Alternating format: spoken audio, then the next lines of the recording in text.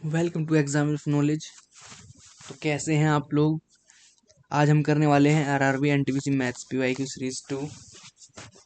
तो जैसा कि आपको पता है, रेलवे ने अपना अंडर ग्रेजुएट एनटीपीसी का रिजल्ट जारी कर दिया है। तो उसके लिए भी आपको प्रिपेयर करना पड़ेगा। CBD 2 उसका एग्ज़ाम भी जल्दी ही होगा।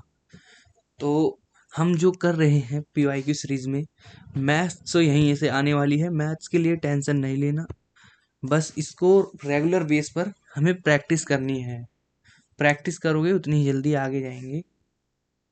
तो पहला क्वेश्चन ये रहा, इसको जल्द से जल्द सॉल्व करने की कोशिश करेंगे। तो सबसे पहले इसको सॉल्व करने के लिए डायरेक्ट यहीं से मल्टीप्लाई करो। 7 - 88 आ जाएगा। फिर माइनस, फिर 13 × 8 करेंगे तो 13 × 8 = 104 और माइनस का 8 यहाँ है। तो इसको सॉल्व करने के बाद यहाँ क्या आने वाला है? 7 - 8 ×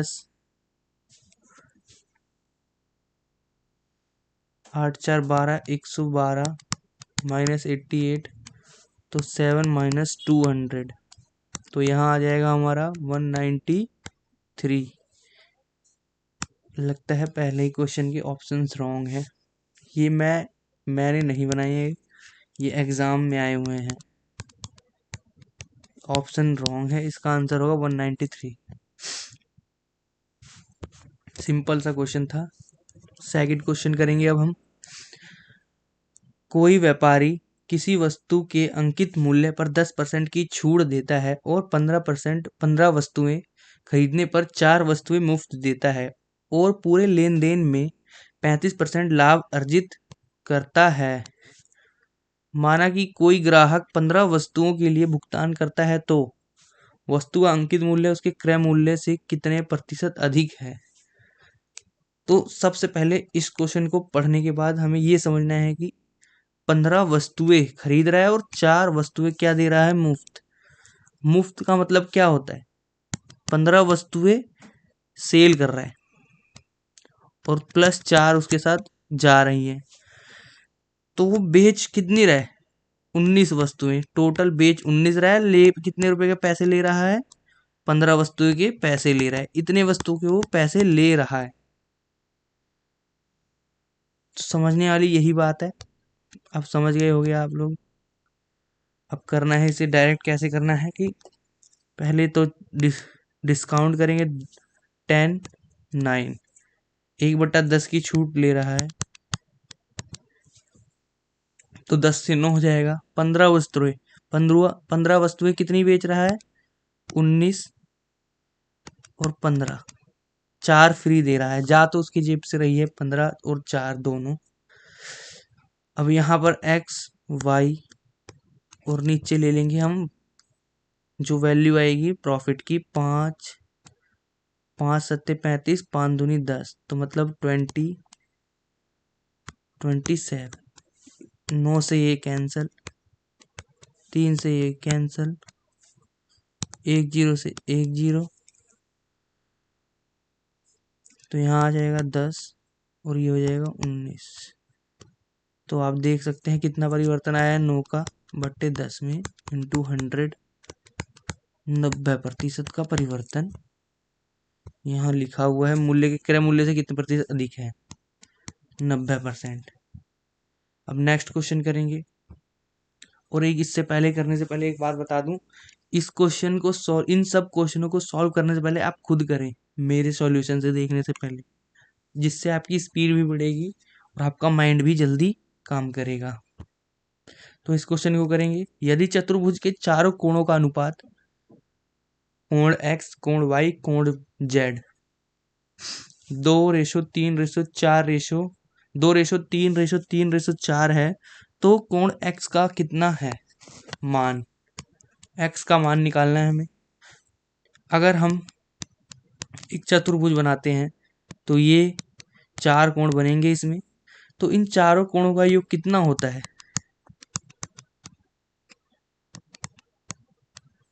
इन चारों कोणों का योग हो जाएगा हमारा 360। हमें रेशो में दे रखा है, सिंपली रेशो को ऐड करेंगे। तो टोटल कितना आ जाएगा? 12x।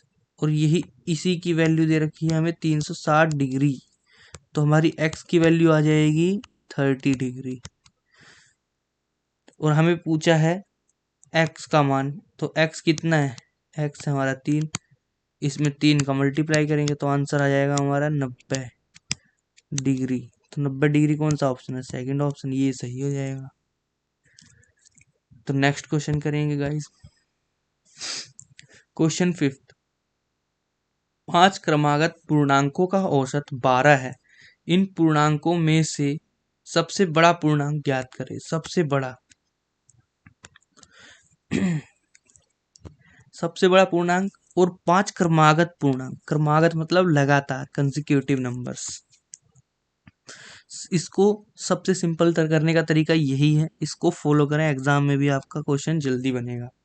सबसे पहले सिंपल हम a मानेंगे, फिर इधर से एक इंक्रीज करेंगे a+1, इधर से एक डिक्रीज करेंगे a-1, यहाँ करेंगे a+2 और यहाँ करेंगे a-2। यही तो हमारा एवरेज है। इसकी वैल्यू कितनी दे रखी है, 12।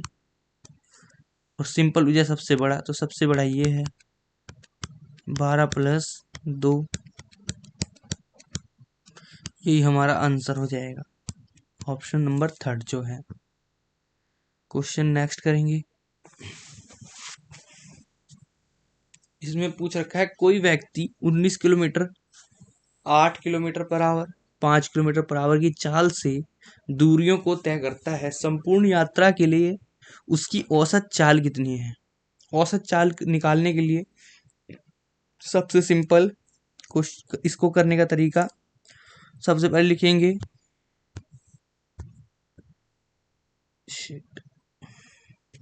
सबसे पहले हम लिखेंगे 19, 8 और 5, इनका हम लेंगे एलसीएम। इनका एलसीएम कितना हो जाएगा,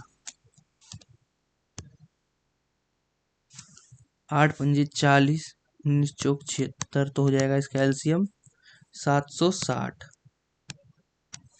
ये हो जाएगा 40, ये हो जाएगा 95 और ये हो जाएगा 152। एवरेज हमें स्पीड निकालने के लिए एवरेज स्पीड का फॉर्मूला होता है टोटल डिस्टेंस अपॉन में टोटल टाइम। ये याद रखना, बहुत इंपॉर्टेंट फॉर्मूला है, हर एग्जाम में आपको काम देगा। तो हमें टोटल डिस्टेंस कितनी रखी है, 760, और इसको ऐड कर लेंगे टोटल टाइम, हमारा कितना आ जाएगा 87। ये हमारा टोटल टाइम। अब कई लोग एग्जाम में जाके क्या गलती करेंगे, इसको 760 और 287 को मल्टीप्लाई करके देखेंगे, डिवाइड करके देखेंगे, और इनका ऑप्शन में आंसर नहीं होगा, बोलेंगे इसका आंसर कहाँ है। आंसर मिलेगा ही नहीं, क्योंकि यहाँ पर एक और चीज है, 3 3 इसलिए क्योंकि यहाँ पर समान दूरी दे रखी है, ये भी डी, ये भी डी, ये भी डी, तो 3D मिल गए, ये बन जाएगा। इसलिए यहाँ पर हम सब लेंगे 3 इंटू 760 बटे में 287, तो इसका आंसर हो जाएगा 7 सहित 271 बट्टे में 287 किलोमीटर पर आवर। ये याद रखना, गलती मत करना एग्जाम में, और ये फॉर्मूला बहुत इंपॉर्टेंट है। ठीक है, नेक्स्ट क्वेश्चन करेंगे गाइस। किसी वस्तु के मूल्य में 15% की वृद्धि की जाती है और फिर 8% की छूट दी जाती है, उसके मूल्य में नेट प्रतिशत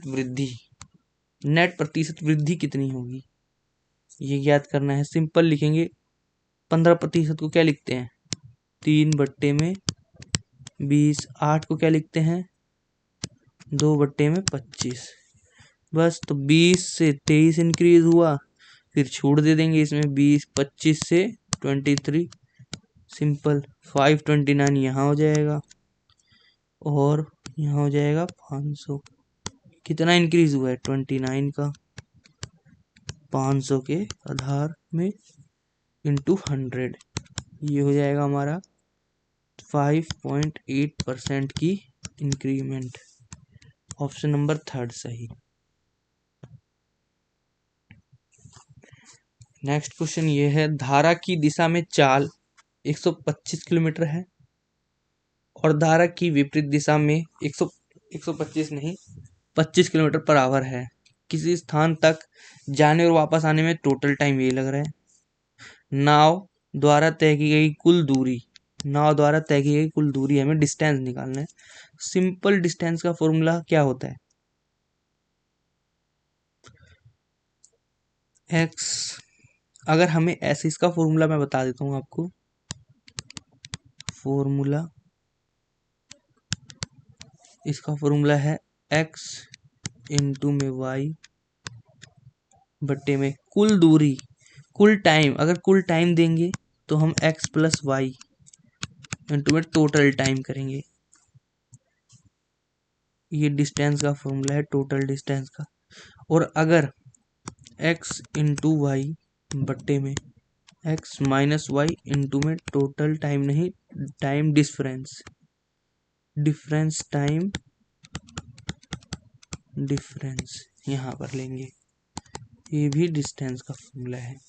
यहाँ माइनस इसलिए है क्योंकि यहाँ पर टाइम डिफरेंस का है। तो ये याद रखना है, दो फॉर्मूले हैं बहुत इंपॉर्टेंट और सभी एग्जामों में ये काम आते हैं। तो इसको राइट डाउन कर ले अपने नोटबुक में। इसे मैं भी इरेज कर दे रहा हूँ।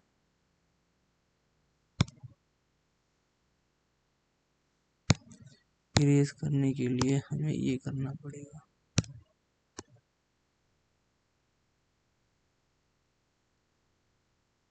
इसके बाद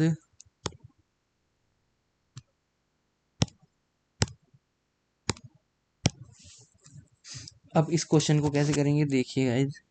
हम सबसे पहले 125 इंटू में 25 बट्टे में 150 ऐड कर देंगे क्योंकि टोटल टाइम दे रखा है। इंटू में 2 भी लेंगे क्योंकि आना जाना कर रहा है। इंटू में 25 टोटल टाइम। बस इसका काटा पीटी कर लिया तो नीचे बचा 3। सिंपल। यहाँ आ जाएगा 25 पंजे 125, 25 दूनी 50, 10 60 तो 62, 25 6 31 बट्टे में 3। तो आ जाएगा हमारा डिस्टेंस 10412/3। ये हमारा आंसर हो जाएगा ऑप्शन नंबर थर्ड। अब नेक्स्ट क्वेश्चन करेंगे। ये सिंप्लीफिकेशन का क्वेश्चन है, इसे जल्द से जल्द ट्राई करने की कोशिश करेंगे आप। 5/2 प्लस इसको सॉल्व करा 7 कम 7 7 5 12 तो 12 ऊपर चला जाएगा 7 माइनस 3/2। सिंपल इन दोनों को माइनस करेंगे, इसको और इसको इसमें से माइनस किया तो कितना बचा? हमारे पास बचेगा 2/2। इससे इसको काट दिया तो आ जाएगा हमारा आंसर 1 प्लस 7/12 तो आ जाएगा 19/12। ये जिसका आंसर है वो एकदम सही है। नेक्स्ट क्वेश्चन करेंगे। यदि दो संख्याओं का अनुपात 5:4 है और उनका HCF 5 दिया हुआ है तो उनके एलसीएम ज्ञात करना है। एलसीएम ज्ञात करने के लिए सबसे पहले हमें दे रखी है संख्याएं, संख्याओं में रेशो दे रखी है। तो इसको संख्या बनाने के लिए हमें क्या करना होगा? इसका पहले एचसीएफ निकालेंगे। इसका एचसीएफ होगा 1, 1 के बराबर क्या दे रखा है 5, तो इसमें मल्टीप्लाई कर दो 25 हो जाएगा और इसमें 5 मल्टीप्लाई कर दिया तो ये हो जाएगा 20। तो 20 एक संख्या है और एक संख्या है 25, तो इन सब का इन दोनों का एलसीएम कितना हो जाएगा 100। बहुत ही सिंपल क्वेश्चन है, इसको एग्जाम में बिल्कुल नहीं छोड़ने का, इजी क्वेश्चन। और यही लास्ट है आज हमारा। तो आपको कैसी लगी वीडियो? अगर आपको कोई भी डाउट होता है तो जरूर कमेंट में पूछ सकते हैं, हम कमेंट में जरूर आपका आंसर देंगे। जैसा कि आपने पिछली वीडियो में देखा था आप कृपया करके सपोर्ट करें ताकि आगे हम और भी वीडियो ला सकें, और जल्द से ज़्यादा शेयर करें इस वीडियो को ताकि और लोगों की हेल्प हो सके, रेलवे वाले बच्चों की खासकर। और बाकी वैसे ये सारे एग्ज़ाम में काम आएगा आपके। आज के लिए इतना ही रखते हैं, तो चैनल को सब्सक्राइब करना ना भूलें। Thank you.